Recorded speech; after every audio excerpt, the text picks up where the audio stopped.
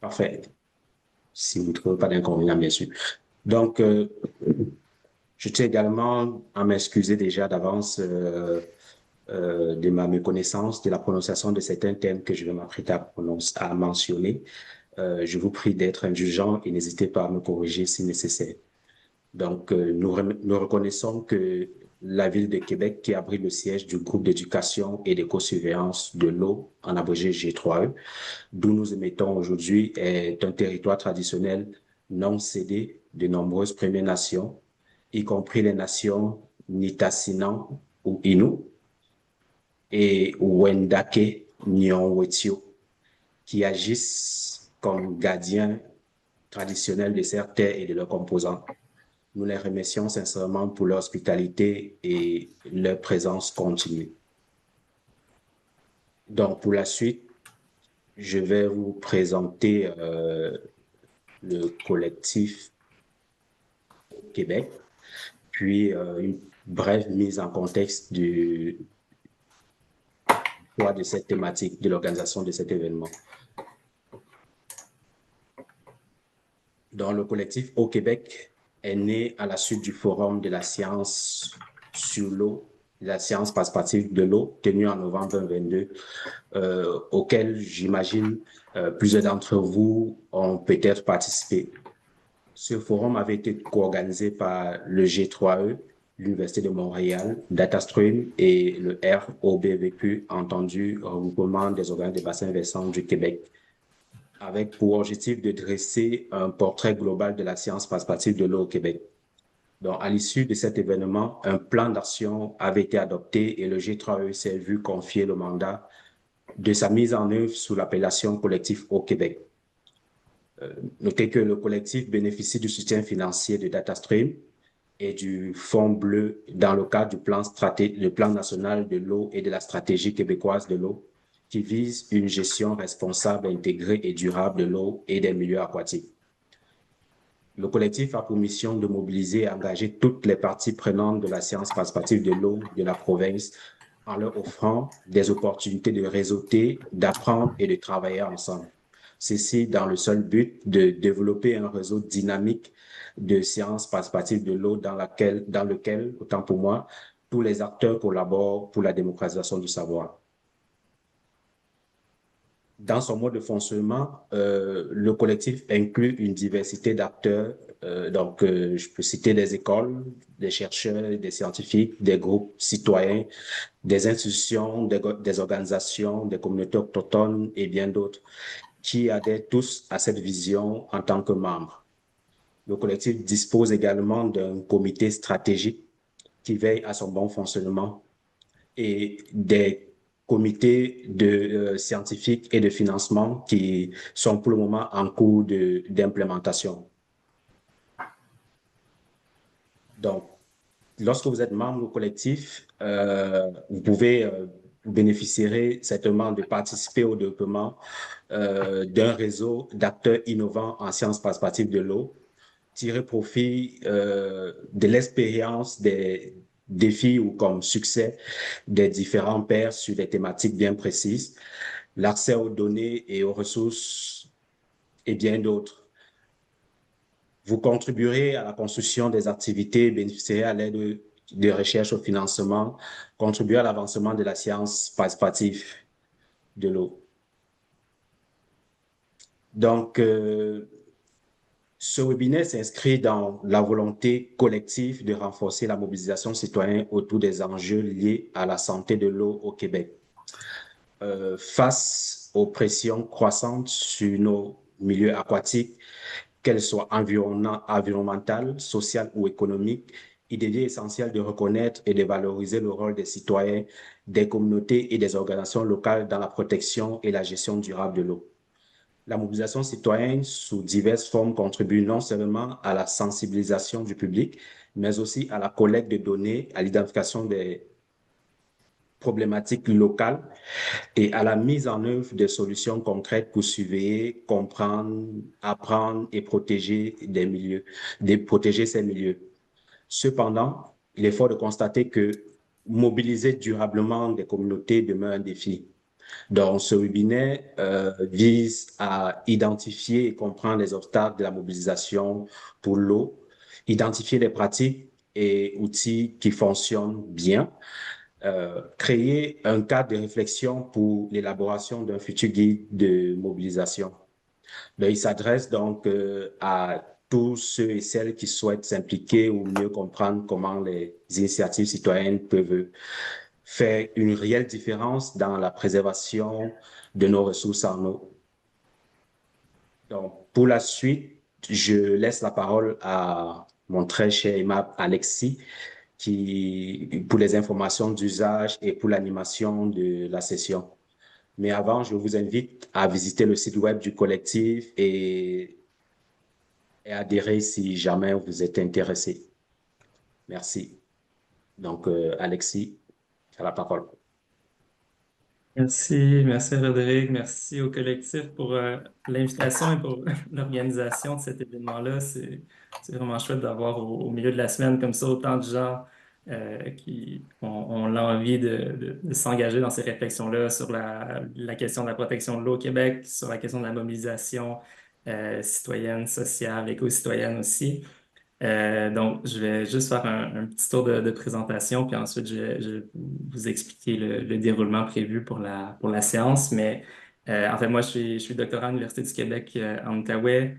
Je m'intéresse aux questions d'éducation à l'éco-citoyenneté, principalement. Je suis chargé de cours en éducation à l'Université de Sherbrooke aussi et membre d'une chaire UNESCO qui traite des questions de démocratie, citoyenneté mondiale et d'éducation transformatoire à l'Université du Québec en Outaouais. Et on a, pour moi, un très beau panel, vraiment, avec des perspectives que je considère très complémentaires autour de cette question-là. D'abord, on a Jean-Daniel qui est ici en statut de citoyen, en fait, mais Jean-Daniel qui est fondateur du collectif de l'eau au Saguenay, qui est une OBNL qui a comme visée de sensibiliser les utilisateurs des plans d'eau, leur transmettre les bases de connaissances en fait sur la santé aquatique. On a deux chercheuses, d'abord Émilie Morin, qui est professeure au département des sciences de l'éducation à l'UQAR, qui est membre aussi du comité scientifique de la chaire en éducation à l'environnement et au développement durable, et aussi Laurence Brière, qui est professeure au département didactique à l'UQAM, et aussi directrice du Centre de recherche en éducation et formation relative à l'environnement et à l'éco-citoyenneté, le Centraire. Et notre panel se complète avec une autre perspective qui est celle des organisations, des organismes du terrain autour de la conservation de l'eau au Québec. Donc, Mélissa Laniel, qui est de l'organisation Rappel, qui est une coop de solidarité autour de la protection de l'eau qui regroupe de nombreux membres, nombreuses associations à travers le territoire. Et donc, voilà, c'est le beau panel qu'on a aujourd'hui. Et c'est ça, essentiellement, on va débuter en vous donnant quelque part la parole rapidement. On est nombreux, on est nombreuses, mais l'idée, c'est d'avoir un peu le pouls votre pouls sur la situation, savoir ce qui vous préoccupe. Et donc, on a une ou deux petites questions rapidement qu'on va vous poser avec un petit quiz. Ensuite, on va avoir la portion d'échange avec les panélistes et on va revenir à la toute fin en plein air pour une petite période de questions étant donné qu'on est beaucoup de personnes, ce que je vais vous inviter à faire, c'est au fur et à mesure qu'il va y avoir des échanges, n'hésitez pas à mettre vos questions dans le chat et à la fin, on va essayer de répondre à autant de questions qu'on pourra. On va les sélectionner, mais c'est ça, n'hésitez pas à nommer vos questions dans le chat et à vous répondre, à poser vos réflexions aussi. Et donc voilà, ça c'est l'essentiel du petit plan. Puis c'est ça, je vois le partage d'écran qui s'amorce. On a, c'est ça, la plateforme Slido pour répondre à deux petites questions. Euh, Vous pouvez vous connecter avec le code QR, sinon directement sur Slido. Je crois qu'on a déjà le lien qui a été placé dans le chat par Ruben à l'instant. Sinon, voilà, sur Slido avec le numéro pour se joindre. Et donc, on va se laisser un petit peu de temps, mais on a deux questions seulement. Et donc, la première, c'est de savoir quels sont les défis que vous rencontrez. Et je vous invite à répondre brièvement comme la première personne avec un mot le plus possible pour qu'on puisse faire vraiment ressortir les thèmes principaux. Et donc, voilà, c'est ça, les défis que vous rencontrez dans le contexte de la mobilisation, de votre engagement, de votre implication. dans votre milieu, dans les différents projets que vous menez?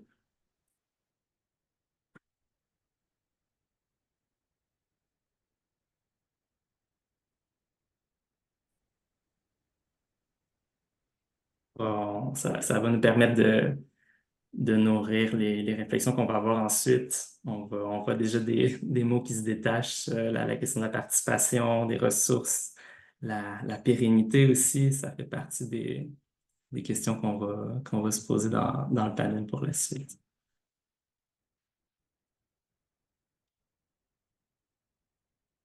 C'est peut-être une petite vingtaine de secondes encore pour compléter les réponses, puis on va passer à la prochaine ensuite.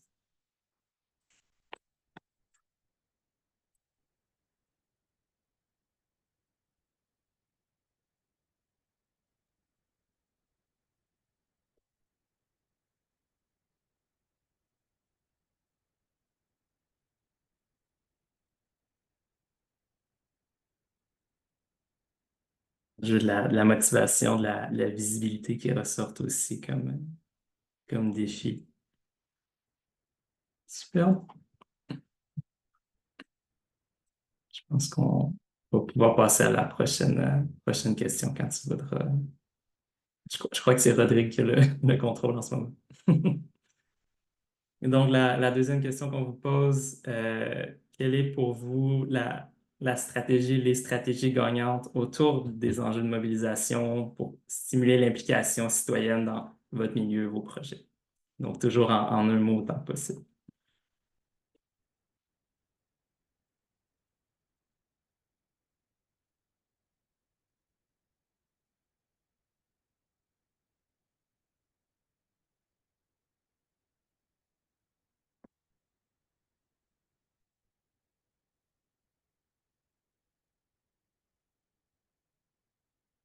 On voit ce qui se détache. C'est pas à échelle, mais on voit que on a la question de la collaboration, la communication aussi. Puis on a sûrement des petits croisements entre les défis et les éléments qui nous permettent de les surmonter aussi. La question de la communication qui est sans doute à la fois une clé de réussite pour la mobilisation et un défi par moment aussi, là. Alors,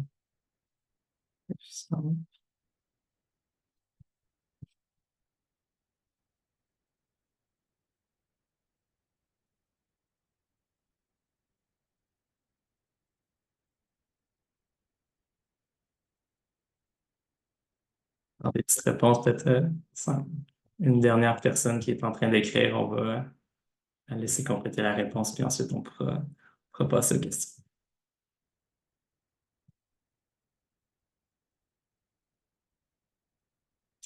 Super.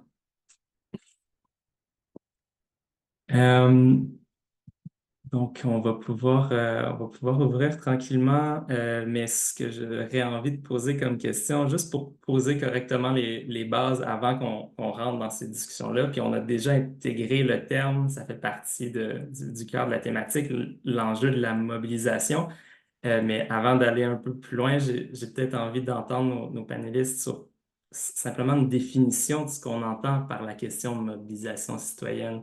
Spontanément, je pense à Laurence. Je ne sais pas si tu as une réflexion un petit peu juste pour situer une forme de définition pour qu'on ait une base collective pour savoir de quoi on va parler, là. Oui, merci Alexis. Ben, j'ai bien aimé l'exercice là de voir les mots-clés apparaître. Puis ce que je vois, c'est que les gens qui sont là sur le webinaire ont déjà pas mal d'expérience en mobilisation. Ben, on peut dire qu'est-ce que c'est mobiliser, qu'est-ce que c'est mobiliser sur des questions socio-environnementales. Ben, c'est de s'occuper ensemble de ce qui nous concerne relativement à notre milieu de vie, hein. C'est ça, mobiliser, c'est ça, mener des actions éco-citoyennes. Mais peut-être pour mobiliser, une première étape, c'est de pouvoir arriver à définir ensemble c'est quoi le problème. Tu sais, je pense que c'est ça qui fait qu'on a un objet de mobilisation. Puis c'est ça qui fait qu'on peut se rallier autour Ben, c'est ça, autour d'enjeux qu'on a collectivement vus, définis, puis de se mobiliser autour de principes aussi qu'on veut défendre ensemble. Donc, c'est quoi le problème? Comment est-ce qu'il se manifeste concrètement dans nos milieux de vie?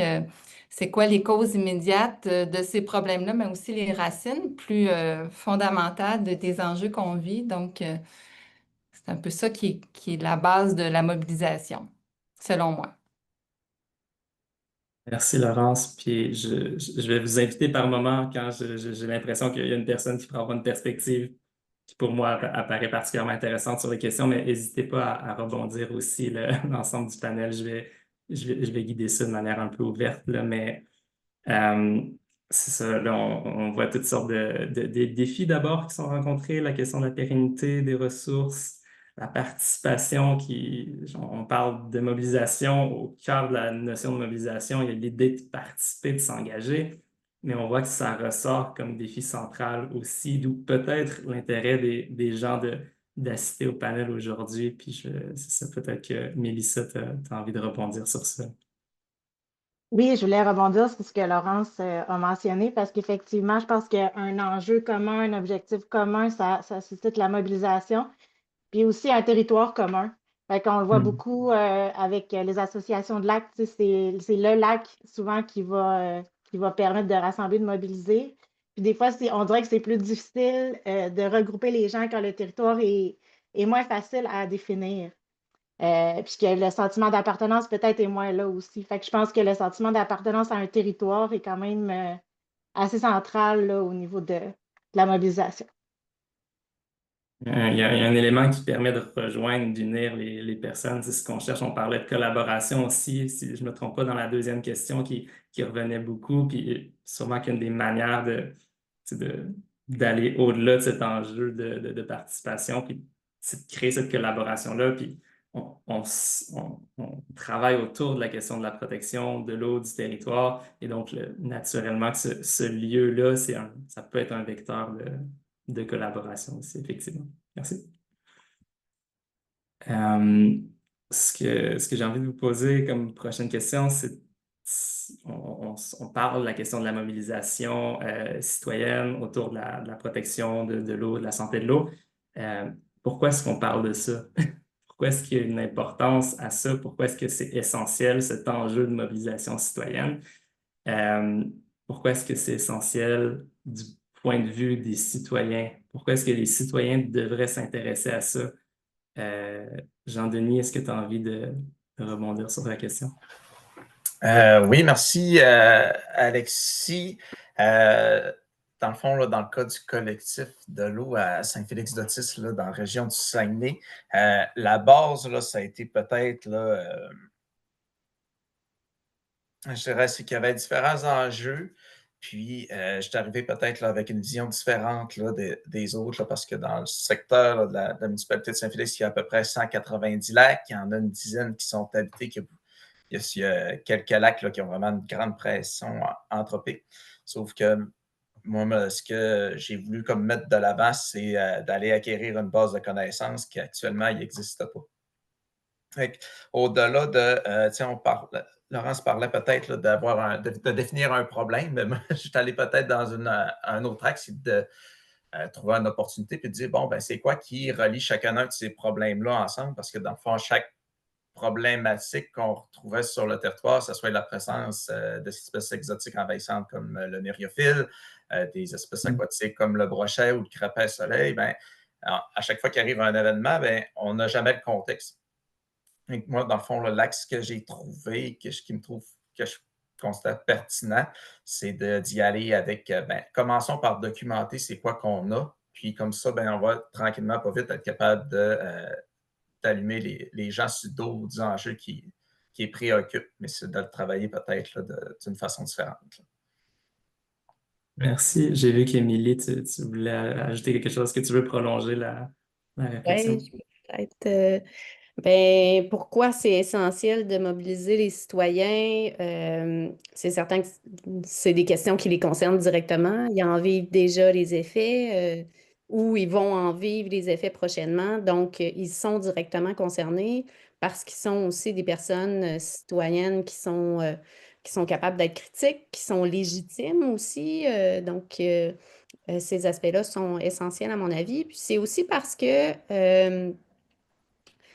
la mobilisation citoyenne ou la science participative de l'eau, c'est considéré comme une bonne façon de faire face aux crises socio-écologiques parce que, ben, de un, ça contribue à mieux connaître ce qui nous concerne, mais ça contribue aussi à développer notre pouvoir agir. Donc, ça contribue à nous engager même socialement, politiquement, juridiquement. Puis c'est en ce sens-là que je trouvais vraiment intéressant qu'on parle de collaboration parce que pourquoi on a besoin de collaborer dans ces enjeux-là? C'est parce qu'on a chacun notre expertise, que ce soit une expertise scientifique ou que ce soit une expertise citoyenne, elle est toujours légitime, elle est toujours importante. Et en plus, ben, on provient de différents milieux, on a des expertises scientifiques ou parfois politiques ou parfois juridiques, puis c'est ce qu'il nous faut pour faire face à ces crises socio-écologiques.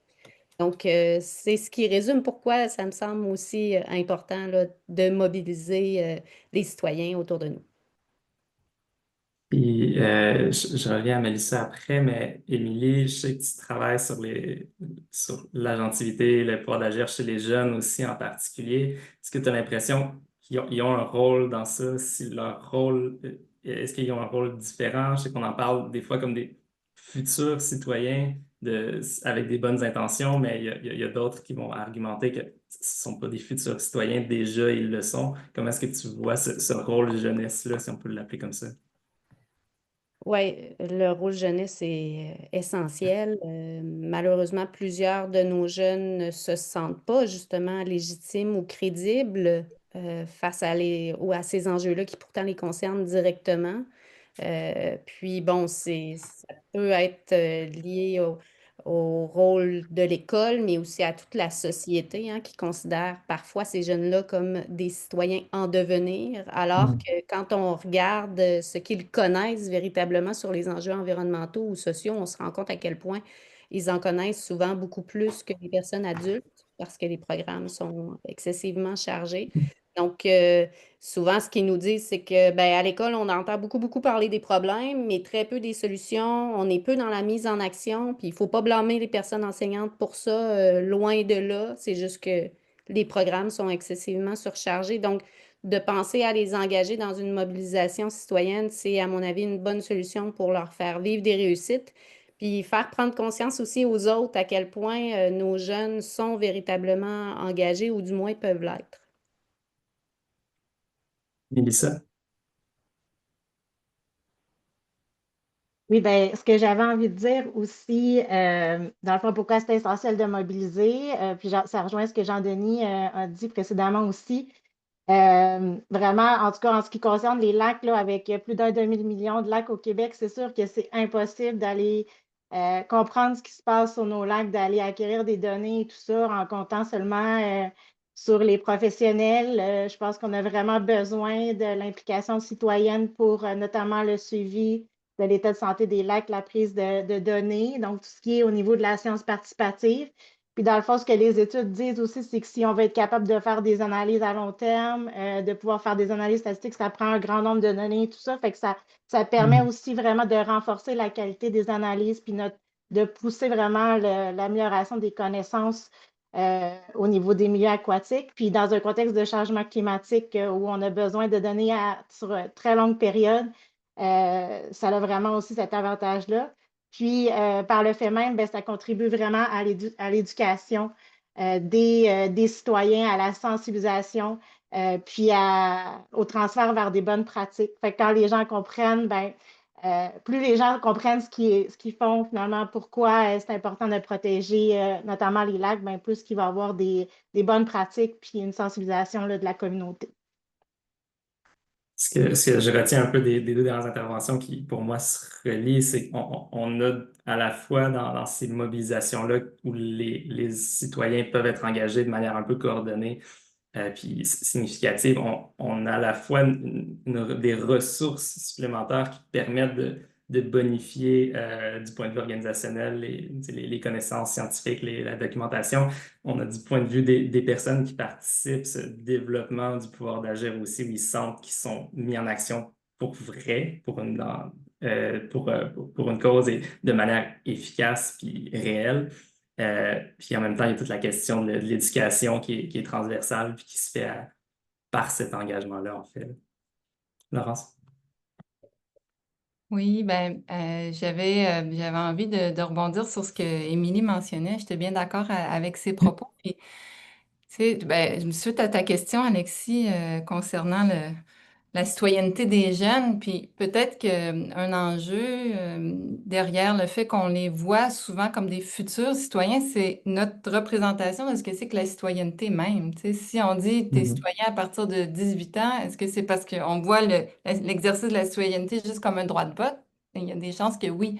Alors que la citoyenneté et l'éco-citoyenneté, c'est tellement plus vaste que ça.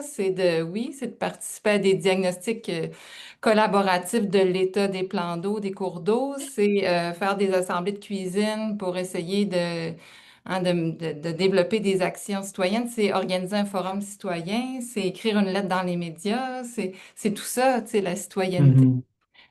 Puis il y a des écoles de plus en plus aussi qui sont engagées sur les questions de l'eau. Il y a les écoles, la communauté des écoles bleues. Donc, tu sais, j'en ai vu là, quelques projets tu sais, où les écoles, où les élèves, oui, les élèves des écoles sont interpellés vraiment comme citoyens, puis en connexion avec le milieu municipal aussi. Donc, c'est un apprentissage aussi de la démocratie locale qui est intéressant. Puis c'est la famille au complet dans ce temps-là tu sais, qui est interpellée aussi, là. Il y a effectivement des liens très, très forts entre la notion de citoyenneté, de démocratie et d'engagement. Puis il y a toutes sortes de définitions qu'on peut avoir de la citoyenneté aussi. Il y a la notion de citoyenneté mondiale, citoyenneté planétaire, de ce rapport citoyen au territoire, cet engagement dans sa société, mais on a aussi des définitions qui sont un peu plus restrictives de ce que c'est qu'un citoyen, puis que c'est à partir d'un certain moment, puis que ça exclut une certaine catégorie de personnes. Et donc, au départ, lorsqu'on parle de citoyenneté et d'engagement citoyen, je pense qu'il y a la question fondamentale de définir ce qu'on entend par la citoyenneté. Je vous remercie pour toutes les perspectives c'est ça, du point de vue citoyen, du milieu de la recherche, de l'engagement organisationnel, sur cette idée de la pertinence, puis du besoin de s'engager. Puis on le voyait dans ce qui était nommé par les participants. L'idée qu'on a un enjeu de pérennité aussi, qu'on peut mobiliser des gens sur un court terme parfois, de manière plutôt simple, mais que c'est complexe de les garder sur le long terme. Et donc, je vous lance la question un peu à tous, mais autour de la question de l'engagement, de la mobilisation citoyenne, autour de l'eau, mais de manière générale aussi en écologie, comment est-ce qu'on maintient cette mobilisation-là? Comment est-ce qu'on garde l'intérêt? Comment est-ce qu'on garde les gens autour du réseau, puis dans ce désir de s'engager sur un plus long terme, parce que c'est souvent des luttes sur le long terme aussi, les luttes écologiques. Mélissa? Je vais peut-être commencer sur celle-là. Dans le fond, moi, je regrouperais ça en trois principaux points. Informer et outiller, soutenir et reconnaître. Je pense qu'il faut, dans informer et outiller, il faut que les gens comprennent pourquoi ils s'impliquent, qu'il y ait vraiment une vulgarisation des connaissances qui est en arrière là, de l'implication. Il faut que les programmes ils soient clairs aussi, comme au niveau de la science participative.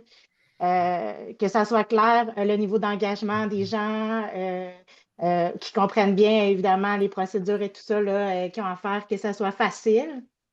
Au niveau du soutien, je pense qu'il faut qu'il y ait une formation continue puis un accompagnement de ces bénévoles-là, de ces citoyens-là engagés, puis qu'il y ait aussi une aide dans l'interprétation des données, notamment qui sont récoltées quand on parle de données de la science participative, une diffusion de ces données-là.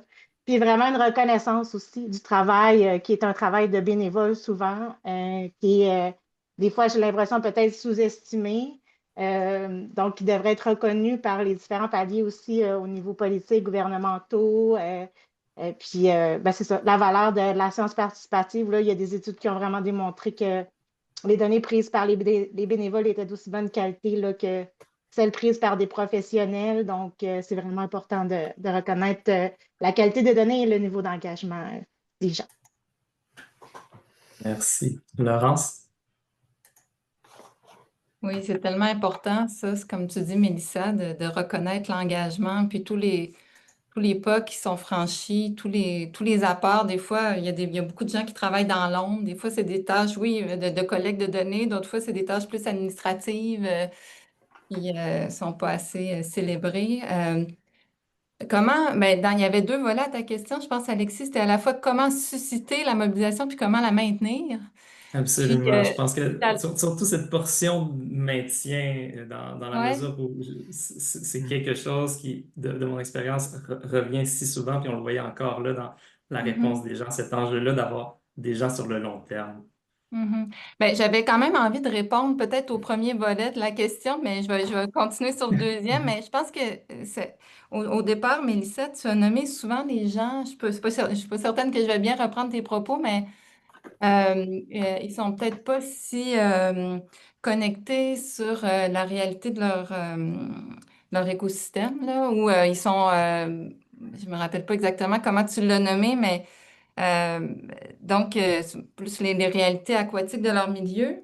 Il y a cet aspect-là, peut-être de faire prendre conscience aux gens à quel point finalement ces plans d'eau-là sont importants dans leur vie, puis au fil de leur vie, qu'est-ce que ça a représenté pour eux, tu sais. Donc, on peut remonter à même des souvenirs de l'enfance, à tous ces moments-là, que ce soit comme enfant, comme parent, comme personne significative dans la vie des proches. Donc, tout ce que ça représente l'eau pour la vie, tout ce que ça représente l'eau pour notre,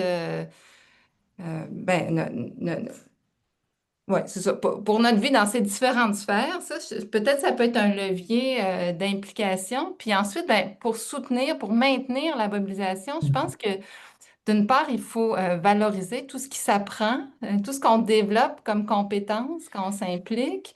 Puis ça implique de revoir peut-être un peu notre manière de hiérarchiser les...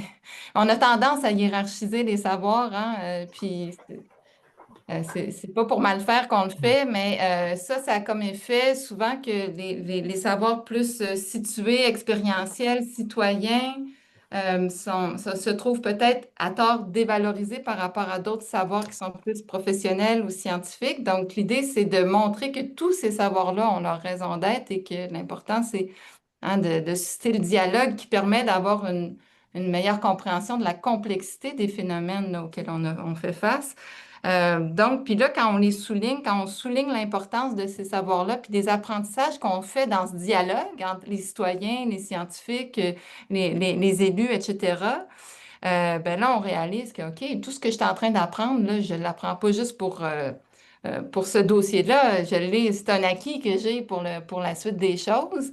Donc, prendre conscience de ces compétences-là et du pouvoir citoyen qui se développe. Puis ça, souvent, ça peut se faire aussi en prenant appui sur l'héritage d'autres luttes environnementales qui ont eu lieu avant nous, avant les nôtres. Puis il vient d'être publié là, l'an dernier, un très bel ouvrage sur les luttes éco-citoyennes au Québec. Je ne l'ai pas sous la main, il est à la maison qui a été publié aux presses universitaires du Québec, mais c'est tellement, nous, on en parle avec nos étudiants dans les cours, ils trouvent ça vraiment stimulant là, de voir qu'il y a eu tous ces gains-là qui ont été faits par des personnes citoyennes mobilisées. Donc ça aussi, c'est important. Il est clairement quelque part derrière moi aussi, mais je ne prendrai pas le temps de le chercher, mais il existe quelque part dans la bibliothèque. Puis effectivement, je veux dire, c'est des luttes qui sont complexes, c'est des luttes sur le long terme, comme je le disais, puis c'est beaucoup d'échecs, mais c'est beaucoup de victoires, puis de grandes victoires éclatantes aussi, toute l'histoire des luttes écologistes au Québec. Et on a tendance à avoir une victoire, puis à passer tout de suite à la prochaine lutte. Et donc, je pense que c'est important d'avoir cette documentation-là aussi, puis de s'en servir comme exemple de motivation pour que les gens restent accrochés à ça, au fait qu'il y a des victoires substantielles, réelles dans les luttes écologiques, puis autour de l'eau, mais autour de l'ensemble des questions écologiques au Québec. Merci. Émilie? Oui, je suis d'accord avec tout ce qui vient d'être dit. Donc, je vais essayer de ne pas répéter ce qui a été mentionné. Je vais me centrer peut-être un peu plus sur les jeunes. ce que les jeunes nous disent qui peut les mobiliser, ou du moins ce que la littérature nous dit. Puis un des premiers facteurs d'engagement éco-citoyen, c'est la présence en nature. Donc déjà, le fait de pouvoir être à l'extérieur, ça contribue à la mobilisation puis à l'engagement. Tout l'aspect affectif aussi, qu'on a parfois tendance à mettre de côté, mais le fait d'avoir du plaisir, de la satisfaction, de la fierté aussi d'être en communauté, c'est un aspect qui n'est pas à mettre de côté puis qui est essentiel pour la mobilisation. Donc, l'aspect affectif, ne pas l'oublier, essayer de le rapporter. Puis, en lien avec ça, l'idée de vivre des réussites. Donc, Laurence parlait de voir des engagements d'autres personnes citoyennes. Je pense qu'il faut aussi apprécier chacune des petites réussites qu'on vit parce que c'est sur cette base-là, après, qu'on développe notre sentiment de pouvoir agir puis que ça nous permet d'aller plus loin. Donc, il faut les reconnaître aussi. Il faut contribuer à les valoriser auprès des gens qui les ont accomplis. Puis d'autres choses que les jeunes m'ont dit qui pouvaient peut-être jouer en leur faveur pour ce qui est de l'engagement, c'était de diminuer la bureaucratie. Donc, souvent, ils ont tendance à voir qu'ils s'engagent, mais que ça prend donc bien du temps, puis ça prend donc bien de la paperasse et tout. Donc, en essayant de la diminuer, pour certaines personnes, du moins, ça peut contribuer. Puis, je terminerai en disant qu'il n'y a pas de recette pour tout le monde pour mobiliser, hein. Chaque personne est différente. Il y a certaines personnes qui vont dire, ben moi, il me faut un leader, puis je vais suivre ce leader-là, alors que d'autres vont dire, non, non, mais moi, je suis capable d'être ce leader-là. Fait que toujours garder en tête que ben, ça dépend des personnes. Donc, l'écoute dont parlait Mélissa au début, l'écoute des besoins des citoyens, l'écoute de leurs capacités, la mise en valeur de leurs capacités, je pense que c'est aussi essentiel. Et je retournais dans les réponses qui ont été données tout à l'heure sur les modes d'action que les gens trouvaient pertinents pour engager, puis la question d'être sur le terrain à l'extérieur. Tu le nommes à l'instant, puis ça revenait aussi chez les gens, il y a cet engagement réel dans le concret sur le terrain. En physique, je veux dire, il y a beaucoup de choses qui ont basculé vers le numérique aussi, même dans les engagements écologiques maintenant. Et donc, cette présence terrain-là, ensemble, il y a encore quelque chose d'important dans cette création du lien, là. Merci. Jean-Denis. Oui. Ce que je voulais apporter peut-être plus mais pas dans le concret, là, de formation professionnelle. Dans le fond, quand on accompagne des villes dans la gestion de l'eau, ce qu'on leur explique, c'est qu'un mètre cube d'eau coûte 4 $. Quand on produit de l'eau, qu'on la distribue, qu'on la collecte, puis qu'on la retraite par après, c'est un 4 $. C'est que souvent, si on est capable de rattacher une espèce de chiffre par rapport à l'eau, ben, si j'avais une charge de cours, puis les étudiants disent, ah, ben, on va aux toilettes dans de l'eau potable. Ben oui, puis vous payez pour traiter de l'eau potable qu'on va rejeter par après. Ben, je pense que ça amène aussi comme une espèce de dimension de donner peut-être une valeur plus importante à l'eau de façon sociétale. Ce qui est de maintenir aussi là, la motivation dans le temps. Pour ce qui est de ma part, ben, le collectif, on est un OBNL. Puis quand ça a été structuré, ben, on a sorti mission, vision, valeur, mais c'est des choses que je martèle et que je répète à tout vent un peu les valeurs du collectif de l'eau, qui est de la transparence, l'éducation, le respect de l'environnement. Je pense que ça vient peut-être rejoindre ce qu'Émilie disait là, par rapport à l'affectif. On le dit, gars, voici ce que vous faites aujourd'hui. Ben, ça se rattache à ces valeurs communes-là qu'on a. Puis pour faire perdurer dans le temps, ben, je ne vais pas parler de croissance nécessairement, mais dire, regarde, là, on a commencé par telle étape, puis regarde, voici la prochaine étape pour le collectif de l'eau, ben, on va essayer d'aller chercher l'école pour ramener les jeunes tranquillement, pas vite. Fait que, il y a comme plein de petits défis en avant de nous qui fait que c'est motivant de poursuivre là, la mobilisation. Puis peut-être un troisième point, je dirais, là, dans de la mobilisation citoyenne, ce qui est intéressant, puis de ce que je vois là, ici, considérant que c'est beaucoup de la villégiature, puis c'est des personnes retraitées, âgées, qui ont des propriétés sur le bord de l'eau, ben, ils ont souvent des petits-enfants. Pour moi, là, c'était comme facile d'un certain sens de dire, OK, bon, ben, vous avez des petits-enfants, ben, là encore, je pense que ça rejoint encore les motifs. Dire, regarde, apprenez-le à lire la température de l'eau, faites-le faire des tests qui sont simples, qui sont capables de réaliser, puis ça va lui semer une petite graine pour plus tard peut-être vouloir aller plus loin. Encore une fois, j'ai l'impression que ça fait toutes sortes de liens avec ce qu'Émilie disait aussi sur la question de travailler à partir des émotions, du lien, puis du sensible en quelque part dans l'engagement, de ne pas oublier ces parties-là. Puis ce que je ressors d'intéressant aussi, c'est cette idée que quand on veut en quelque part mobiliser des personnes autour d'une cause, il y a toutes sortes de manières d'y arriver. Puis là, ce que tu amenais, c'est qu'il y a la possibilité de juste présenter une vision économique à un moment qui peut-être est mise de côté. Puis peut-être que ça va venir connecter davantage avec certaines personnes, que ça va les frapper, alors qu'il y a d'autres personnes où on va leur parler de leurs petits-enfants, puis les répercussions que ça peut avoir, positives, négatives, leurs actions. Et donc, aller les chercher, il y a de la recherche sur la question que la portion santé, en quelque part, autour des changements climatiques, des événements météo extrêmes, c'est un levier aussi pour engager d'autres types de personnes qui ne seraient peut-être pas portées à s'engager autant. Et donc, voilà, je pense qu'il y a quelque chose d'intéressant à voir qu'on ne connecte pas, comme Émilie disait, avec tout le monde de la même manière. Et donc, il faut avoir cette diversité d'approches-là. Mélissa? Oui, je voulais juste compléter, peut-être en disant, ben, effectivement, quand on parle d'accès à la nature, ça veut dire aussi accès à l'eau, hein? Donc, fait que c'est toute la question aussi de l'accès à l'eau qu'il ne faut pas oublier.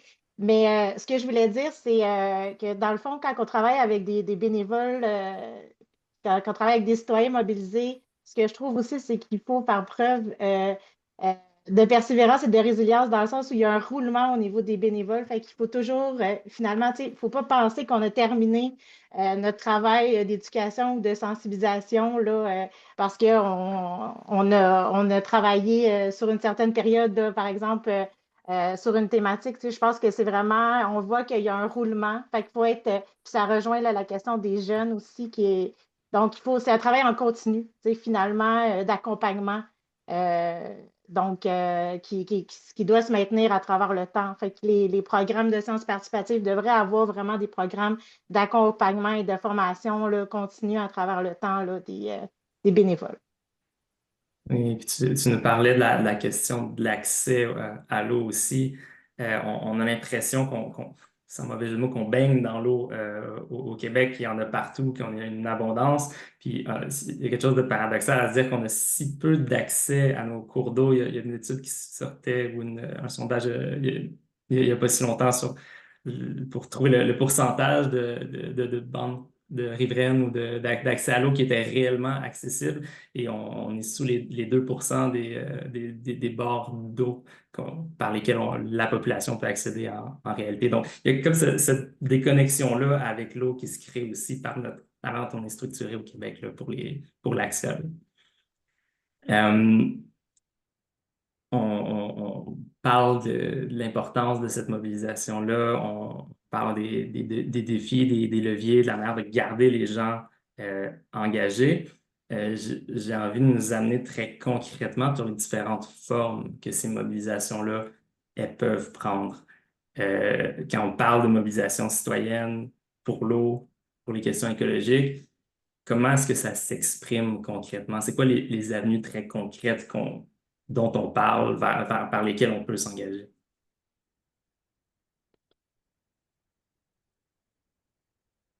Je sais pas si... Ouais, Mélissa? Je peux y aller. Je voulais laisser la parole à quelqu'un d'autre commencer. Moi, je dirais 3 grands piliers. Tout ce qui est éducation, vulgarisation des connaissances, sensibilisation, tout ce qui est sciences participatives, acquisition de connaissances, caractérisation, puis concertation aussi, le 3e élément que je dirais, concertation, collaboration, implication dans la communauté, implication politique dans la dynamique politique municipale notamment. Donc, ce seraient les 3 niveaux que je verrais là, au niveau de la mobilisation. Super. Laurence, sans que ça soit forcément sur les questions liées à l'eau, je sais que tu as travaillé sur la question de la mobilisation citoyenne écologique. Je ne sais pas si tu as quelques petites avenues, puis ensuite on passera à Jean-Denis, pardon. Merci, Alexis. Ben, J'ai apprécié la catégorisation que Mélissa vient de faire. Je la trouvais pertinente. Donc oui, super important. Ben, mettons de manière plus générale, l'étape d'un diagnostic là, participatif, que ce soit en amenant des gens à de la science participative. Tu sais, ça peut être c'est vraiment un vecteur de sensibilisation, en effet, que de le faire. Puis, c'est ça, petit à petit, de construire ensemble ce diagnostic-là, puis à partir de là, de voir, OK, ben là, c'est quoi, vers où on va pour faire en sorte que, tu sais, de contrôler cette nouvelle espèce invasive dans notre lac, de faire en sorte qu'on préserve davantage le milieu humide qui est pas loin de chez nous. De là, après ça, tu sais, il y a toutes sortes de questions là, liées à l'eau. Donc, ensuite de ça, ben, c'est ça. Puis ça implique de bien comprendre aussi comment fonctionne le palier politique municipal, parce qu'il y a beaucoup de pouvoirs qui sont déférés. Puis là, on est justement en campagne électorale à travers le Québec sur l'échelle municipale. Puis ce qu'on se rend compte, moi, j'ai mené des travaux là, sur ben, les questions de plus de justice énergétique. Puis ce que nous disait, c'était une recherche collaborative. Puis les gens impliqués dans cette recherche-là, qui étaient autant des gens de groupes éco-citoyens, des universitaires, des gens de syndicats, etc., nous disaient, on veut apprendre à mieux former nos élus sur les questions environnementales.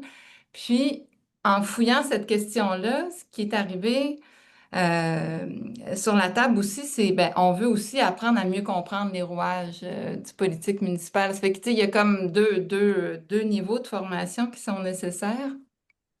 Donc, c'est ça. Ça fait que c'est d'apprendre à développer ses compétences à la fois, tu sais, donc, diagnostic, critique, éthique, politique. Il y a toutes ces compétences-là. Puis là, je reprends là, des travaux que vous connaissez, Émilie et Alexis Legault, là, les travaux de Lucie Sauvé sur l'éducation en éco-citoyenneté.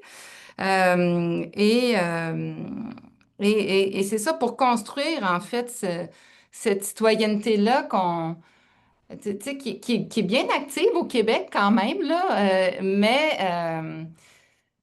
qui aurait besoin, étant donné l'ampleur des différentes facettes de la crise socio-écologique qu'on vit, là, on aurait besoin d'être beaucoup plus nombreux à se mobiliser. Alors, puis c'est de voir, tu sais, il y a plein de formes que ça peut prendre, cette mobilisation citoyenne-là, puis c'est de voir que, ben, c'est ça, à chacune de trouver son créneau. Il y en a qui vont vouloir faire une assemblée de cuisine, il y en a qui vont vouloir construire rédiger une lettre ouverte en collectif parce qu'ils sont bons à l'écriture. Il y en a qui vont vouloir aller dans une consultation publique. Donc, ça prend tous ces types de, de profils-là pour monter une mobilisation tu sais, qui a de l'ampleur puis qui perdure dans le temps. Puis aussi, ce que je voulais dire là-dessus, c'était justement parce qu'en effet, il y a un roulement dans toute mobilisation, qu'elle soit sur la question de l'eau, du transport, de la forêt. Il y a un roulement, c'est normal. On peut pas, hein, à un moment donné, il y a un espace dans notre vie qui fait qu'on a plus de temps pour se mobiliser. Mais quand ces gens-là, tout à coup, hop, c'est leurs parents qui tombent malades, il y a quelque chose qui se passe qui sont plus disponibles, mais il faut qu'on ait gardé trace de leurs apprentissages, de cette mémoire qu'ils ont léguée, parce que souvent, dans l'urgence, on ne prend pas assez le temps de garder cet héritage-là dans le collectif. Ça fait que ça va avec l'enjeu de la valorisation des formes de savoir. Donc, c'est ça. Ça fait que ça, c'est important. Puis, de penser aussi, puis je m'arrête là parce que je ne vais pas prendre trop de temps, mais de penser l'accompagnement des personnes qui rentrent aussi, là, tu sais, voilà. Et tu l'effleures, mais c'est ça, cette question d'expertise-là, des fois, j'ai l'impression que souvent les gens ont l'impression, pour pouvoir s'engager sur un sujet un peu pointu, ils doivent déjà avoir une expertise sur ces sujets-là, alors que Mais de non, mon expérience, la majorité des gens qui s'engagent au niveau écologique, de manière citoyenne, ils n'ont pas une expertise en arrivant dans le milieu. non. Ils arrivent et ils développent cette expertise-là en participant, en s'engageant et aux côtés d'autres personnes qui peut-être s'engagent depuis un moment et depuis le début de leur engagement, eux ont fini par développer des petits bouts d'expertise. Puis à un moment, dans l'idée des collectifs, c'est que chacun a son petit bout de connaissances qu'il peut apporter. Quand tu dis, il y a des gens qui peuvent écrire, des gens qui vont travailler sur le terrain, des gens dans les communications, il y a toutes sortes de volets à des aux mobilisations citoyennes de manière générale. Et donc, ça prend ces petits écosystèmes complexes-là formés de personnes qui ont des mini-expertises vraiment diverses, là. Et oui, les gens deviennent vraiment des experts des questions qu'ils fouillent parce que, tu sais, j'ai interviewé déjà des fonctionnaires qui nous disaient, mais les citoyens, ils nous posaient des questions. On avait un peu peur des questions qu'on allait se faire poser. Ils étaient tellement bons qu'ils nous pointaient un petit peu. Et donc, c'est ça, là. Ouais. C'est ça, c'est acquis par l'engagement très, très souvent, là. Jean-Denis? Oui, merci. Mais je trouve ça vraiment intéressant d'avoir aussi là, les composantes plus théoriques. Là. Moi, ça me permet de voir, tu sais, avec le collectif de l'eau, ce que je fais et ce que je pourrais améliorer. Concrètement, tu sais, pour la mobilisation, puis ce que j'essaie de transmettre aux gens, c'est de simplifier les choses puis de les vulgariser en disant, ben, tu sais, vous venez m'écouter, mais vous participez déjà, tu sais, vous en parlez à votre voisin. Tu sais, l'action que je vous demande, l'effort que je vous demande là, est très de base, puis vous êtes déjà en mesure de la faire. Tu sais. C'est juste leur faire comprendre qu'ils participent déjà par leurs actions. C'est juste de venir les rattacher au mouvement. Je voulais aussi revenir aussi sur le fait, tu sais, de la notion de politique ou pas. Moi, dans le collectif, je voulais comme être vraiment le plus apolitique possible, tu sais, dans le sens qu'on a 8 associations de lacs, il y a des lacs qui se déversent dans les eaux. Fait que, tu sais, il y a une notion de bassin versant qui embarque. Tu sais, je ne voulais pas qu'une telle association va dire allô, ben, tu pollues mon lac, nanana. J'ai essayé d'être le plus apolitique possible, mais ça ne veut pas dire qu'en étant apolitique, quand il n'y a pas une espèce de pouvoir de la société civile, de dire regardez, voici, cher élu, nos citoyens, nous, on se prend en main, nous autres mêmes, c'est quoi que vous attendez? Puis c'est un peu ce que j'aime de la démarche, c'est de démontrer que les citoyens sont capables eux-mêmes de se prendre en main, comme ça, de venir justement là, teinter un peu la vision des élus. Puis c'est ça, je trouve la question super intéressante, puis c'est des questions que souvent les gens ont dans le milieu de la mobilisation, cette dimension politique-là, puis il y a la distinction entre, en quelque part, dans mon esprit, entre être partisan, attaché à un groupe politique en particulier, ou travailler dans le domaine politique. Puis encore une fois, tu as la politique formelle, officielle, municipale, fédérale, et tu as tout ce qui est politique qui se retrouve un peu dans l'ensemble des actions citoyennes qui sont menées aussi. Puis c'est ça, encore une fois, on est dans des luttes qui sont complexes, sur des enjeux complexes, et donc il y a des groupes qui vont travailler un petit peu sur l'ensemble de ces facettes-là. Puis je pense que c'est un écosystème qui est intéressant d'avoir des groupes qui ont des approches plus politiques et moins politiques, disons, aussi à travers tout ça. On parle de ces questions-là d'engagement, de mobilisation citoyenne, puis j'aurais peut-être envie qu'on distingue, en fait, ce qui est différent entre la mobilisation citoyenne et les questions de sensibilisation. Des fois, il y a des chevauchements un peu, mais est-ce qu'il y a une distinction nette, claire entre ces questions-là de sensibilisation, mobilisation? Je ne sais pas si, Émilie, tu as envie d'amorcer une réponse ou pas. Oui, ben de manière simple, je pense qu'on y a déjà référé, c'est de véritablement considérer les différentes formes de savoir. Donc, quand on veut se mobiliser et non pas se sensibiliser, on n'est pas dans la transmission de connaissances, par exemple. Donc, on s'intéresse autant au savoir scientifique qu'au savoir profane, au savoir citoyen, au savoir autochtone, au savoir artistique. Donc, ça, pour moi, c'est un des premiers critères. Puis le deuxième, c'est que on s'accorde une véritable légitimité en tant que personne citoyenne. Donc, on est sur le même pied d'égalité que les autres.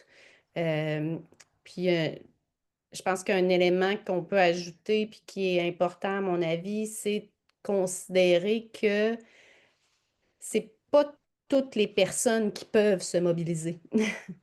Il faut qu'on puisse avoir les capacités pour le faire. Puis par capacité, ben, ça peut être des opportunités ou ça peut être des ressources. Certaines personnes vont moins avoir des ressources nécessaires ou pas ces opportunités-là. Donc, ça, pour moi, c'est essentiel aussi quand on parle de mobilisation citoyenne. Puis je trouvais dans le chat, il y avait une discussion vraiment intéressante, puis ça m'a amené à réfléchir parce qu'on parlait de l'accès à l'eau, puis on parlait du fait que certaines personnes qui vont peut-être être plus privilégiées, qui ont cet accès à l'eau-là, c'est souvent les personnes qui sont les moins intéressées ou qui sont peut-être un peu moins engagées. Donc, je trouve cette réflexion-là aussi très intéressante parce qu'il faut se poser la question à ce moment-là, bien, quelle capacité ces gens-là n'ont pas qui les empêchent de se mobiliser, puis comment on pourrait aller chercher ces personnes-là, justement, si c'est la masse critique là, qui manque pour la mobilisation citoyenne. Jean-Denis? Oui, mais rapidement, en tout cas, le débat de gens privilégiés ou pas, je trouve ça intéressant, puis ça me touche un peu parce que, dans le fond, dans le cas qui m'intéresse, là, du lac Otis, chez nous, sur, mettons, 200 résidences sur le tour du lac, il y en a 30% qui sont propriétaires, puis le reste, c'est des gens que c'est des chalets, des villégiateurs qui viennent comme sporadiquement s'amuser le fin de semaine. Fait que de là à dire, je nuancerais à savoir, tu sais, l'accès à l'eau, c'est qui fait plus attention ou moins attention à l'eau? C'est un débat, je pense, qui est variable là, selon où se constitue. Là. Merci. Euh, J'aurais envie de t'entendre continuer ça. En fait, on l'a effleuré tantôt encore, mais qu'est-ce qui motive pour toi les gens à s'engager? Parce que là, on parle de gens qui sont là, présents de manière régulière autour des points d'eau, de gens qui peut-être ont moins accès. Comment est-ce qu'on va chercher l'ensemble de ces personnes-là pour créer l'engagement? Ben, le style de leadership que je prône, là, que j'essaie d'amener le plus possible, c'est un leadership comme par l'action. Tu sais, que je demande, voici, gaz, on se prend à main. J'ai réussi à trouver comme des partenaires qui sont eux aussi engagés et convaincus que le collectif de l'eau, c'est un truc qui est super pour léguer aux générations futures. Fait que dans le fond, je pense que ça prend quand même un espèce de core. Tu sais, oui, des gens qui sont peut-être plus motivés que les autres, qui vont par eux-mêmes, par leur exemple, aspirer les autres. Là. Fait que, tranquillement, pas vite, on est capable d'aller chercher d'autres personnes. On en parlait un peu vendredi passé. Là, dans le fond, à l'Assemblée générale constitutive, il y avait 10 personnes. Puis quand on a refait notre Assemblée générale, ben, il y avait peut-être là, 5 ou 6 nouveaux visages. Fait que, pour moi, c'est une réussite. Dans le fond, c'est pas des gros chiffres, c'est pas astronomique, mais il reste que, dans un village de 1000, moi, je trouve ça super d'avoir au moins 1% qui s'intéresse à l'eau. Merci. Je vois Laurence, puis ensuite Mélissa. Mais je vois qu'il y a M. Clermont qui a la main levée là, dans son écran. Il avait sa main levée avant moi. Je ne sais pas si tu voulais donner la Je le vois parole. pas ici, mais Ben, c'est pas une main jaune, mais oui, c'est oui, ok, sa c'est main pour ça. physique qui était levée. Mais Si c'est je peux me gentil, permettre, on vous écoute. si je peux me permettre une intervention, il y a deux choses qui n'ont pas été mentionnées jusqu'à maintenant. Ce que je remarque, moi, je suis impliqué dans plusieurs associations, l'association de Mont-Lac ici à Austin, et la valeur du lac garantit la valeur des propriétés. Alors, je peux vous dire que ici, les gens contribuent financièrement ou d'autres bénévolement. Il y a toutes sortes de niveaux de contribution. Il y a des gens, tantôt, je pense que c'est Laurence qui le disait, c'est pas tout le monde, non, c'est Émilie qui disait, c'est pas tout le monde qui a les capacités de contribuer et de se mobiliser tous ensemble de la même façon. Alors, il y en a qui contribuent financièrement, il y en a qui contribuent bénévolement, il y en a qui accompagnent nos accompagnateurs, le rappel en particulier. OK? On est très heureux d'avoir ces gens-là qui nous aident beaucoup et qu'on accompagne aussi bénévolement. Donc, la valeur de la propriété est très importante. Et ici, quand on parle des valeurs des propriétés autour du lac, tout ça, cette valeur-là dépend beaucoup de la valeur de notre lac. C'est-à-dire, la santé de notre lac, la beauté du lac, le côté où on peut se baigner, où on peut faire de la planche à pagaie, où on peut retrouver les petits-enfants avec nous. Hein, vous voyez l'âge que j'ai à peu près, là. Donc, ça, c'est important et on n'a pas mentionné ça. Quand on parle d'argent, ça mobilise quand même pas mal les gens. Le deuxième aspect que je veux mentionner ici, c'est ma responsabilité en tant qu'aîné. Je ne serai pas là encore peut-être pour 30 ans, 40 ans, mais d'encourager des jeunes tout près de moi, OK, à prendre la relève. À prendre la relève dans leur façon d'être mobilisés. Il y en a que ça va être financièrement, il y en a d'autres qui vont s'engager de façon plus active, si vous voulez, dans la défense de l'eau. Mais ça, je pense qu'on est beaucoup de retraités ici, là, dans ma municipalité. Mélissa en connaît quelques-uns. Et puis, c'est sûr qu'à un moment donné, il va falloir que des plus jeunes soient là. Donc, moi, je sens cette responsabilité-là. J'ai déjà commencé à regarder autour de moi dans mes jeunes voisins. Il n'y en a pas beaucoup, parce qu'ici, il y a beaucoup de personnes âgées. Mais on a cette responsabilité-là de mobiliser les plus jeunes, de les intéresser à la cause, pas juste à cause que la valeur de leur maison va baisser ou monter, dépendant de la santé du lac, mais parce que c'est important de transmettre ce message-là. Voilà, c'était ça, mon intervention. Je vous remercie, puis merci Laurence de me l'avoir signalé. Je vois juste 5-6 caméras ici, mais puis, on se permet la petite digression là, puis on sait à quel point on en parle. Il y a des gens qui ont de l'expertise, puis toutes sortes de connaissances, puis d'apports à amener. Puis on fonctionne avec le format de panel qu'on a en ce moment, puis le petit temps limité. Fait pour la suite, on va essayer de se limiter pour garder justement une petite période de questions pour tout le monde. Mais c'est ça, on pourra, avec Rodrigue, ouvrir sur la suite de ce qui est souhaité après ce panel-là pour justement permettre à tout le monde de s'engager un peu plus activement que ce qu'on peut faire aujourd'hui avec les moyens et le temps qu'on a. Mais merci beaucoup pour la réflexion. Laurence, est-ce que tu voulais ajouter aussi quelque chose? Oui, ben en fait, j'allais tenter une réponse à la question que tu avais posée, Alexis, sur qu'est-ce que c'est sensibiliser versus mobiliser, puis peut-être comment on passe de la sensibilisation à la mobilisation. Puis, ben, en éducation populaire, là, souvent, on va passer par le développement de ce qu'on appelle, puis c'est Majo Ansott qui le nomme comme ça, l'intelligence narrative. C'est-à-dire, il y a un enjeu. Par exemple, on parlait tantôt de levier d'engagement sur les questions de l'eau, là, puis ce qui pointait aussi, c'était un enjeu de justice environnementale. C'est pas tout le monde qui a accès à l'eau au Québec, vraiment pas, là, même si on est dans un pays d'eau. Donc, qu'est-ce que ça veut dire concrètement dans ma vie? En éducation populaire, on va faire ça, de ne pas avoir cet accès à l'eau. Qu'est-ce que ça veut dire concrètement dans ma vie? Ou qu'est-ce que ça veut dire concrètement dans ma vie que le lac à côté de chez moi, il soit pollué par tel. Donc concrètement, développer cette intelligence narrative qui donne finalement lieu on passe d'un je à un nous. Parce qu'on se rend compte que les histoires de chacune, à un moment donné, hein, il y a des points qui se ressemblent beaucoup, puis ça donne une base, en fait, d'argumentation pour développer ensemble vers où on veut aller. Puis, tout à l'heure, quand Émilie disait, ben chacun s'implique selon ses capacités, ben je travaillais, moi, sur un dossier ici à l'Échangeur Turcot à Montréal. Donc, réflexion de l'Échangeur Turcot. Il y a un organisme en éducation populaire dans Saint-Henri qui travaillait sur le dossier.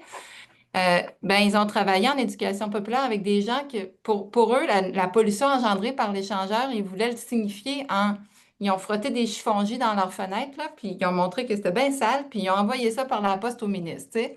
Donc, tu sais, ça en est une action. Donc, les actions citoyennes, tu sais, il y a vraiment une panoplie. Il s'agit juste de les inventer. Donc, c'est ça. Il y a... puis... ben, voilà. C'était une manière de raconter. Je voulais faire le pont avec l'intelligence narrative aussi. Pour ces gens-là, tu sais, plusieurs étaient des analphabètes, une façon de le raconter là, qui pâtissait du trafic sur l'échangeur à côté de chez eux, c'était d'envoyer les chiffons-J. Oui, il y a la portion critique, Ouais. éthique de l'engagement citoyen. Il y a toute la portion créative aussi qui émerge à travers cette petite mobilisation-là un peu partout sur le territoire. Puis, j'en ai pas des tonnes en tête, mais il y a plein d'exemples d'actions au niveau artistique, ajouter à côté résister ou fleurir. Il y a plein de beaux exemples de luttes où les gens ont su attirer l'attention, créer, passer leur message à travers ces formes originales-là. Là. Merci. Mélissa? Moi aussi, pour répondre à la question, la différence entre mobilisation et sensibilisation, pour moi, dans mobilisation, il y a la notion de groupe, de passage à l'action, mais d'avoir un mouvement au nom d'un groupe ou d'une collectivité. On dit l'union fait la force, puis on le voit dans le fond au niveau des associations de l'aide que c'est beaucoup plus facile d'aller interpeller, par exemple, les acteurs municipaux quand on parle au nom d'une association, encore plus quand on parle au nom d'un regroupement d'associations à l'échelle d'une municipalité, que si on y va en tant que simple citoyen. Fait que je pense vraiment que ça donne de se mobiliser, ça donne vraiment une voix qui est souvent prise beaucoup plus en considération là, par les différents intervenants, là, notamment les acteurs municipaux. Merci. Puis j'ai vu Jean-Denis, tu as baissé ta main. Ouais, genre. Non, mais c'était pas pour répondre nécessairement à la sensibilisation, mobilisation, mais peut-être juste en complément de ça, dans le fond, des municipalités au Québec, il y en a 1100. Puis, des grandes villes, plus de 100 habitants, il y en a 10. Fait il y en a plusieurs des petites communautés à mobiliser. Là. Fait que, la sensibilisation, je pense que la sensibilisation fait partie de la mobilisation, mais la sensibilisation n'est pas nécessairement de la mobilisation. Il y a quelque chose de moins actif, il y a quelque chose que dans la mobilisation. Mais ça ne veut pas dire que c'est moins d'ouvrage non plus. C'est encore une fois, c'est tout, je veux dire, c'est toutes sortes de dimensions de ces luttes, ces mobilisations citoyennes-là. C'est toutes sortes de petits pas à faire les uns après les autres. Pour qu'on se laisse un petit peu de temps sur les questions, je vais peut-être poser une dernière question, peut-être un peu chargée avec ce que j'ai l'impression qu'on a peut-être un peu moins couvert, mais je serais content qu'on revienne sur ce qui, selon vous, fait le succès des mobilisations citoyennes. Qu'est-ce qui fait en sorte que ça fonctionne ou pas, une mobilisation? Puis à travers ça, si vous avez envie d'y répondre, comment est-ce qu'on consolide, qu'on crée ces partenariats-là? On en a parlé de l'importance d'avoir plusieurs acteurs autour de la table, les municipalités, les chercheurs, les citoyens, les organismes. Qu'est-ce qui crée ce succès-là et comment est-ce qu'on unit ces groupes-là de manière un peu durable? Émilie? Oui, je vais aller peut-être là où je ne suis pas attendue parce que je ne veux pas répéter ce qui a déjà été dit. Mais une des choses qui m'avait marqué quand j'ai interrogé des jeunes justement qui participaient aux activités du G3E, donc qui faisaient de la science participative de l'eau, dans les choses qu'ils m'ont dit, c'est qu'ils se rendaient compte que tout allait pas mal, qu'il y avait des choses qui allaient bien. Puis on dirait que d'avoir ce regard-là parce que ce qu'ils entendent à la radio sur les problèmes, ce qu'ils entendent à l'école et tout ça, c'est tellement dramatique que ça contribue à leur fatalisme, à leur cynisme, ça les désengage. Donc parfois de voir qu'il y a des choses qui vont bien, ça leur permet aussi de se dire, OK, ben j'ai de l'espoir, donc l'espoir est essentiel. Et j'arrive à anticiper un avenir meilleur. Donc, l'anticipation de quelque chose de mieux est aussi essentielle. Fait que, bref, ces deux petits éléments-là, moi, me semblent aussi fondamentaux. Oui, le fait de pouvoir se projeter dans un avenir positif, dans des projets, il y a quelque chose de nécessaire pour s'engager. Il faut qu'il y ait un horizon à quelque part pour pas qu'on ait l'impression que tout est noir. Merci. Laurence? Oui, ben, bien d'accord avec ce qui vient d'être mentionné. Puis, parmi les facteurs aussi, en tout cas, il y a un petit livre, là, puis celui-là aussi, il est chez moi, mais qui fait beaucoup de millage dans les groupes éco-citoyens les dernières années. Il s'intitule Joie militante. Puis, en fait, les auteurs-autrices, ils vont chez Baruch Spinoza, un philosophe des Lumières. Donc, chercher qu'est-ce que ça peut être une signification de cette joie militante. Puis c'est pas la joie juste un sentiment là, donc de bonheur lié au fait de s'engager. C'est vraiment pour Spinoza, la joie, c'est prendre conscience de sa force d'exister. Prendre conscience de sa force d'exister à travers les autres aussi, à travers son engagement, à travers son action, à travers l'action collective. Puis, je pense que c'est ça, ces dernières années, c'est quelque chose qui résonne beaucoup chez les citoyennes engagées sur les questions environnementales. Puis l'autre chose qui est beaucoup mentionnée, c'est l'importance de prendre soin. OK, de prendre soin de soi, de prendre soin des collaborateurs, collaboratrices. On a fait une recherche, puis ça venait d'un besoin de terrain sur la question de l'épuisement militant. Puis, ben, c'est ça. Qu'est-ce qui fait? Puis, ce qui est super beau à constater, c'est que dans les organisations, il s'en met en place en ce moment des nouvelles manières de prendre soin collectivement les uns des autres. Qu'est-ce que ça veut dire? Par exemple, ça veut dire, OK, Mère au Front organise une soirée, ben, il y a du gardiennage, il y a un repas qui est fourni, il y a, c'est ça, c'est très concret, hein? C'est très, OK, ça facilite mon engagement ce soir-là. Ça peut vouloir dire d'avoir des moments pour partager le ressenti dans une rencontre qui est statuée, tu sais. Ça peut être, il y a toutes sortes de formes. On peut faire des jumelages. Moi, je vais prendre soin de Mélissa, Mélissa va prendre soin de moi pendant un dossier qu'on mène ensemble. Donc, il y a toutes sortes de façons de rester à l'écoute de ce qui se passe. Puis ça revient à la question aussi des émotions qu'on a traitées un peu plus tôt dans le webinaire, là, tu sais, d'être capable parce que c'est puissant, les émotions. Puis il faut, c'est ça, apprendre à composer avec toutes ces émotions-là qu'on va vivre dans un engagement. Donc, certaines qui vont être plus faciles à vivre, d'autres moins. Donc, voilà, c'est les points que je voulais apporter. C'est ça, l'importance de sentir qu'on prend part, qu'on exerce notre citoyenneté, mais de ne pas se brûler en bon français rapidement dans ces luttes-là, cette portion de soin-là qu'on a tendance à négliger, qui est importante pour la question de la pérennité dont on parlait au départ, c'est de pouvoir travailler sur le long terme dans ces luttes-là qui, des fois, sont complexes et sont usantes. Et donc, effectivement, ce besoin-là. Mélissa? Moi, je voulais réagir à ce qu'Émilie a dit parce que ça touche vraiment notre dernière édition là, du colloque sur l'eau au printemps dernier. Là, c'était pour l'amour des lacs, notre thématique. On voulait justement arriver avec un discours positif parce que souvent, on parle beaucoup des problèmes en environnement, de ce qui va mal. Puis souvent, on a l'impression que pour se mobiliser, il faut qu'il y ait une crise. Puis c'est vrai que quand il y a une crise, souvent, ça l'aide à la mobilisation. Mais je pense qu'il faut sortir de ça aussi, parce que justement, sinon, on rentre dans un cynisme, puis ça peut avoir l'effet de démobiliser, là, au contraire. Fait que je pense que de parler des solutions, au lieu de toujours parler des problèmes, de parler des solutions, puis de mettre en valeur justement ce qui va bien, ce qui se fait bien, ce qui avance. Ben, au niveau des programmes de sciences participatives de l'eau qui existent actuellement au Québec, comme le réseau de surveillance volontaire des lacs, ben, justement, je trouve qu'on n'en parle pas assez.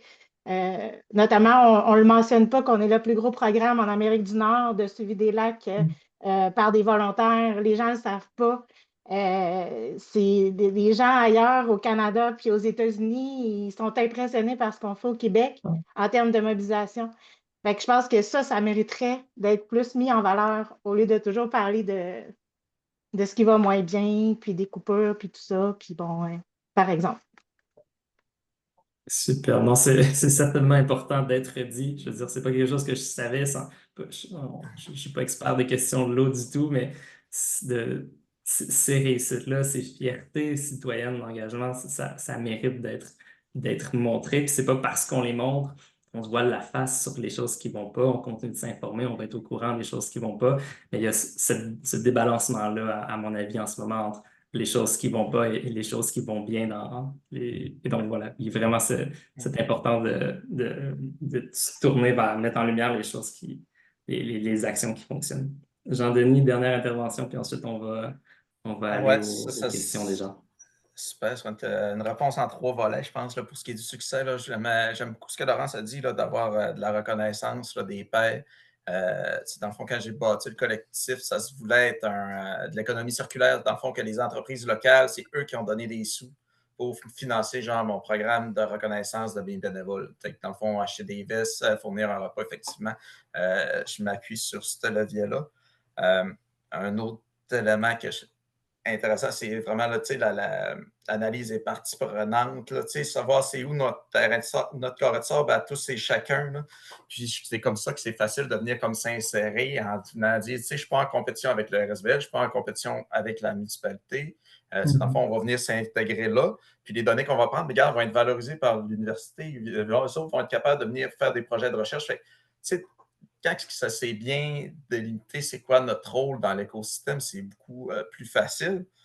Puis, ben, le corollaire de tout ça, c'est que, dans le fond, la démarche du collectif de l'eau, c'est de quoi qui a été, en tout cas, sans trop me tirer de fleurs, mais, dans le fond, j'ai mis comme 400 heures à le structurer l'année passée. Fait, vous pouvez imaginer qu'en 400 heures, ben, ça a été documenté, puis, dans le fond, ça a été structuré. Ça fait que quand j'arrivais à parler de la démarche du collectif au conseil de ville, quand j'arrivais pour parler au collectif de l'eau à une personne d'autre, ben, mes réponses étaient déjà prêtes, puis j'avais déjà été vérifier les angles morts le plus possible. Puis à chaque fois que j'avais des collaborations comme aujourd'hui, ben, tous les points constructifs, j'y prenais, puis j'allais les appliquer. Ça a permis de faire une démarche qui est peut-être plus riche que juste dire « Ah oui, on le fait, puis on verra ce que ça va donner ». Merci Jean-Denis. J'ai l'impression qu'on aurait pu aller encore beaucoup plus loin sur tous ces sujets-là, mais déjà, on se rapproche de la fin de la fin du panel. Et donc, je ne sais pas, Rodrigue, si on a des questions qui ont été posées dans le chat en cours de panel sur lesquelles on pourrait revenir. Sinon, si on n'en a pas, on pourra ouvrir à ce que les gens posent les questions directement à main levée. Mais je vous coupe là, mais l'accès à la propriété, moi, ça m'a réinterpellé. Puis j'ai vu dans la liste des participants qu'il y avait des gens du ministère de l'Environnement. Un des points aussi là, à Saint-Félix qui a été mentionné, c'était les capacités des lacs selon le calcul de phosphore. Fait que tout ce qui est de développement de villégiature, d'expansion urbaine, je pense que c'est pas juste de regarder ce qui se fait ailleurs et de dire OK, vous n'avez pas fait ci, vous n'avez pas fait ça, mais y a-t-il une façon de remettre à jour les calculs de capacité de lac qui permettrait justement de dire OK, bon, ben, on va être capable d'ouvrir tel ou tel lac qui a de l'habitation, faut-il un minimum de X hectares par le lac, par bassin versant? Fait que je pense qu'il y a des réponses qu'on n'a pas, mais qu'il faut aller chercher les bons acteurs pour y répondre. Là. Merci. Donc, c'est ça, je me retourne vers Rodrigue ou Ruben, en fait. Je ne sais pas si vous aviez ciblé des questions. En fait, Alexis, on a juste une question qui est pour Jean-Denis. Donc, la question est de savoir, le collectif de l'eau, par exemple, au Sartenay, comment ça s'arrime avec le travail de l'OBV de la région? Parce qu'il semble que certaines actions se recoupent. Donc, c'est la question de Chantal Lacasse. Oui, mais merci Chantal pour la question. Là, effectivement, dans les démarches, là, au début, là, je parlais d'analyse de parties prenantes. Quand j'ai parlé avec l'OBV, il y a certaines actions du collectif. Dans le fond, il y a certaines actions de l'OBV qui peuvent se transcender par l'initiative du collectif de l'eau. Un des objectifs, dans le fond, il y a une collaboration qui peut se faire quand même assez proche. L'autre chose que je rêve, puis dans les objectifs du collectif de l'eau, dans le fond, je veux juste préciser que c'est une démarche qui a été faite concurrente, là, collectif au Québec. Là, je l'ai comme appris plus tard ce printemps, là, qu'il y avait deux collectifs en même temps. Et si je me ressens sur ta question, le collectif de l'eau, dans le fond, ce que j'aimerais, c'est d'avoir un plan directeur des lacs pour la municipalité, pour justement essayer là, de regarder c'est quoi les différentes pressions anthropiques. Mais les plans directeurs de l'eau, c'est géré par les OBV. Fait, si je veux arriver à cet objectif-là, je n'aurai pas le choix de collaborer d'une façon X ou Y ou de trouver une subvention justement pour être capable d'arriver à cette fin-là. Merci. Si on n'a pas d'autres questions dans le chat, je vais juste vous inviter à lever la main les gens dans le virtuel avec nous. Et donc, c'est ça, n'hésitez pas. On en parlait, on sait que vous avez certainement des réflexions super intéressantes depuis le début du panel, puis on est quelques-uns à avoir réfléchi aux éléments qu'on trouve intéressants de discuter, mais certainement des angles morts sur nos réflexions. Donc, ça va être avec grand intérêt. Donc, Chantal, on vous écoute. Oui, dans le fond, je veux poursuivre. Est-ce que vous m'entendez? Oui, c'est très OK, bien. c'est bon. Je viens d'ouvrir mes choses. Oui, dans le fond, ma question, c'est pour poursuivre là, sur ce que M. Hamel disait, c'est que dans le fond, si je me demande s'il y a eu un travail collaboratif avec l'OBV de sa région, parce que dans le fond, une des missions de l'OBV via sa table de concertation, c'est la mobilisation et la concertation. Fait que, tu sais, je me demande, est-ce qu'ils travaillent comme parallèlement ou ils travaillent ensemble? Parce que, tu sais, en fait, il y aurait, en tout cas, du moins pour ma région, tout intérêt à ce que son collectif au Québec travaille vraiment de collaboration étroite avec la table de concertation de l'OBV de sa région. Fait que c'est pour ça que j'aimerais ça comme pousser un petit peu plus loin. Tu sais, est-ce que l'OBV a fait non, gère tes choses de ton côté? Est-ce qu'il y a eu vraiment des discussions ensemble? Est-ce que, tu sais, comment ça s'est fait de façon concrète là, sur le terrain, là, dans sa démarche? De façon concrète, ben, ils ont été informés, dans le fond, de ma démarche, de comment ça s'enlignait, vers où je voulais aller. Ils viennent de redéposer là, un espèce de plan d'action. Je pense que tu as dû faire aussi, là, ou un nouveau plan directeur de l'eau pour ta région. Oui, tout à fait. Ça fait que, dans le fond, ce qu'ils ont fait, c'est qu'ils ont nommé l'initiative du collectif. Concrètement, je pense que c'est ça qu'il y a. Sinon, il y avait le forum de l'eau du Saguenay-Lac-Saint-Jean qui a eu lieu là, plus tôt ce printemps, où c'est que j'ai été invité à communiquer puis à parler là, de la démarche du collectif. Sinon, il n'y a pas eu de plus grande collaboration que ça là, pour des questions que l'ancien directeur. En tout cas, il y avait comme un changement de direction entre-temps, puis le siège avait été laissé vide comme pendant 2 ans. Ça fait d'où le fait que peut-être que l'OBV a été moins actif là, dans ce dossier-là. Parce que, tu sais, dans le fond, un PDL, tu sais, c'est dans notre mandat aussi, ben, PDL de municipalité, là. Dans le fond, c'est dans notre mandat aussi des OBV de rencontrer une municipalité pour en faire, tu sais, des plans directeurs de lac. Fait que c'est pour ça que je me demande, tu sais, pourquoi, tu sais, là, de ce que j'en déduis, finalement, c'est peut-être qu'ils ont manqué de ressources dans les dernières années, puis dans le fond, ce projet-là collectif au Québec est venu combler ce vide peut-être là de ressources, mais sinon, tu sais, je pense que vous aviez tout intérêt à travailler ensemble, là, au contraire. Là, ça Exact. serait- Mais je ne connais pas le pourquoi, mais de ce que je sais, c'est qu'il y a 4 rivières du grand bassin versant de l'OBV Saguenay qui a été priorisée. Là. La rivière Chipcha, rivière Amars, rivière Saguenay, puis je pense que c'est la Sainte-Marguerite, si je ne me trompe pas. Bon, Ils n'ont pas pris en considération peut-être les petits, villages. Là, ils ont peut-être décidé de prioriser là, les grands affluents là, du fjord.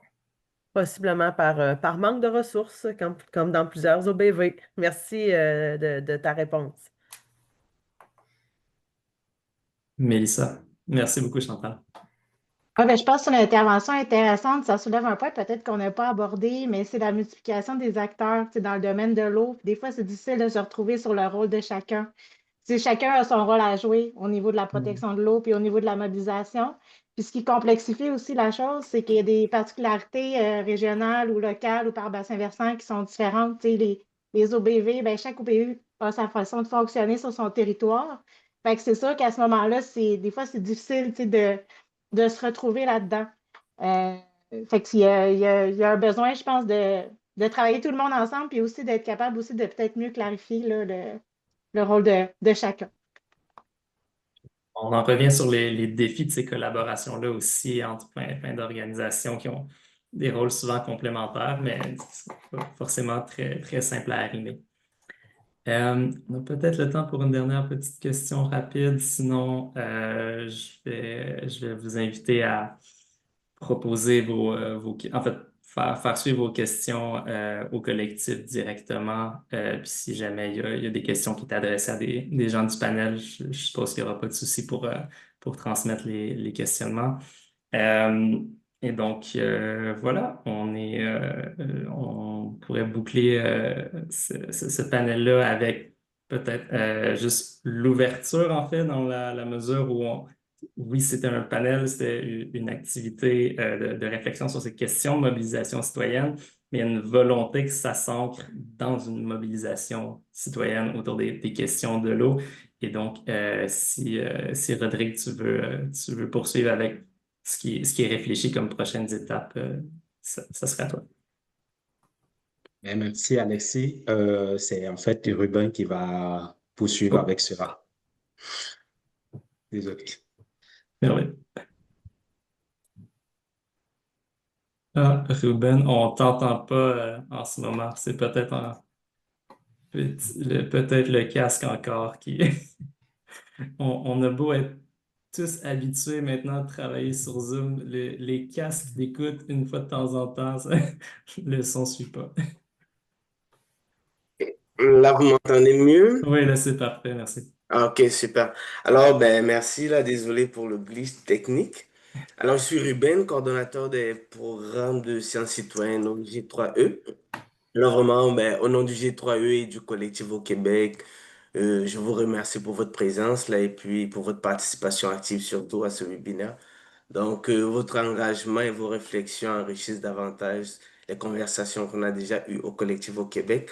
Alors, nous vous invitons vraiment à poursuivre cette dynamique en visitant le site web du G3E. Alors, vous y trouverez toutes les informations nécessaires pour adhérer au collectif au Québec, qui est un espace de collaboration où vos idées, vos actions peuvent faire vraiment une différence, en fait. Donc, dans les prochains jours, vous allez recevoir un sondage de satisfaction. Donc, nous vous encourageons vivement à y répondre. Vos retours nous sont très précieux pour améliorer justement l'organisation de nos prochains événements. Alors enfin, nous avons le plaisir de vous annoncer notre prochain webinaire qui sera le mois prochain, donc sur le thème la participation citoyenne comme levier économique face aux enjeux climatiques. Ce sera le 6 novembre à 13h30. Les inscriptions sont déjà ouvertes, donc alors n'hésitez pas à vous inscrire, à partager cela autour de vous. Donc, merci encore à notre très cher panel. Merci à tous les participants et participantes. Bon, à nous revoir le mois prochain, le 6 novembre, pour notre prochain webinaire. Merci. Merci. Merci tout le monde. Et tout le monde. Bye. Merci. Merci beaucoup.